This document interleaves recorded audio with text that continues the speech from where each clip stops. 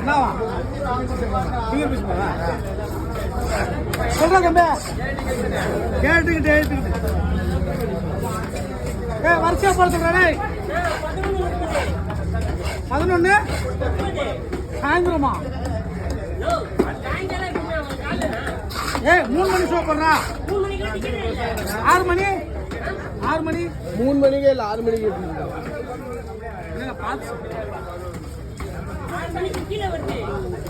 அதுக்கு இப்ப சொன்னது கீழே வா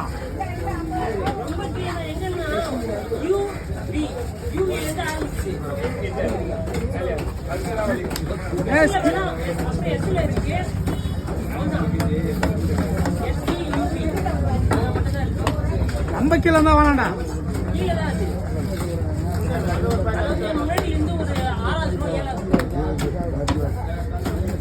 அதெல்லாம் வேணாம்